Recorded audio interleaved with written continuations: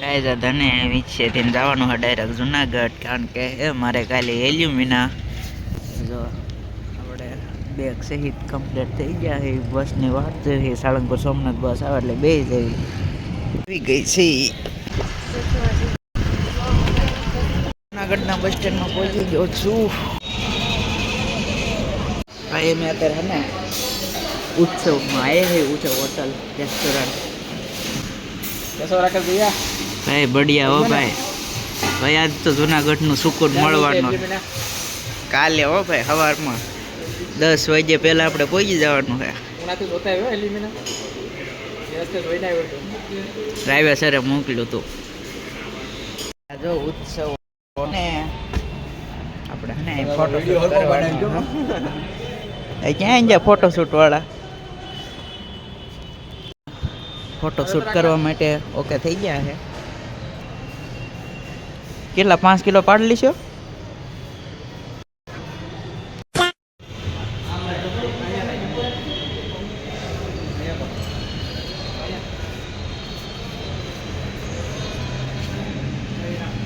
બની જવું છે ને ભાઈ. આના 5 કિલો પાડી દઉં થોડાક ફોટા. ફોટોશૂટ સાગરભાઈનું. ભાઈ તારે પતંગિયા જ બનવા છે? ઝૂલોજી હોય તો આવું જ કરવાનું તારે બધું હે? રેડી હોય એનું.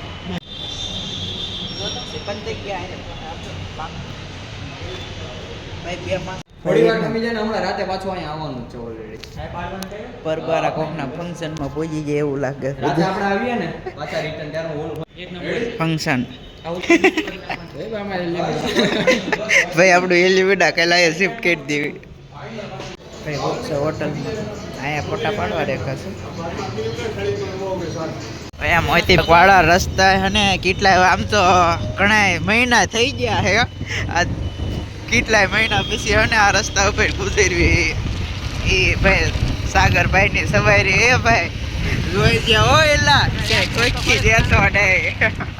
આમ જો રોનક જો ભાઈ જુનાગઢ ભાઈ. જુનાગઢમાં જે સુકૂન હે ને ભાઈ ક્યાંય નથી. આમ જોઈ જો. હા હા હા.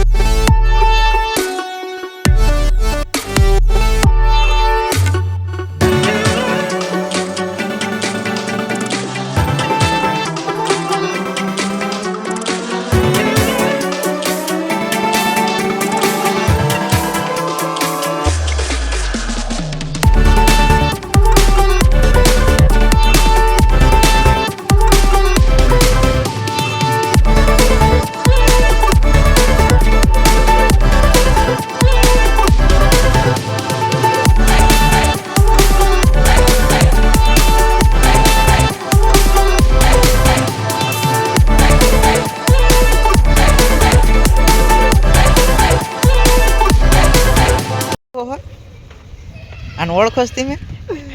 ઓ ધમુભાઈ જો આજ કેટલા દી મળ્યા? 6 મહિના થવા આવ્યા. ધમભા મળ્યા. આપણે ધમાભાઈના આશ્રમમાં રોકાણા હતા. સારું હાલ બેસ્ટ ઓફ લક એસટી એની એક્ઝામમાં.